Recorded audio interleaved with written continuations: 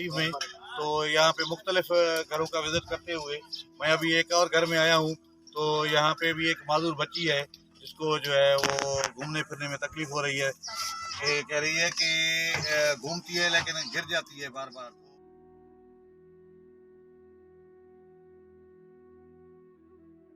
खैर तुर्की में हूँ। तो ये बेचारा एक मासूर बच्चा है। ये अभी ये इसका जो है लोहे का ये एक बगैर उसके टूटा फूटा जो है वो ये वाकर है। तो ये इसमें जो है वो घूम रहा है। तो इस बेचारे के लिए हमने जो है शऊर वेलफेयर फाउंडेशन के प्लेटफॉर्म से हम इसको इंशाल्लाह ताला ये जल्दी जो है ये वाकर फराहम करेंगे ताकि ये घूमने फिरने में इसके लिए आसानी हो, क्योंकि ये बहुत वजनी है और ये इसे घुमा दिखाना नहीं। हाँ, अब ये जो है इसके साथ ये घूम भी नहीं सकता है।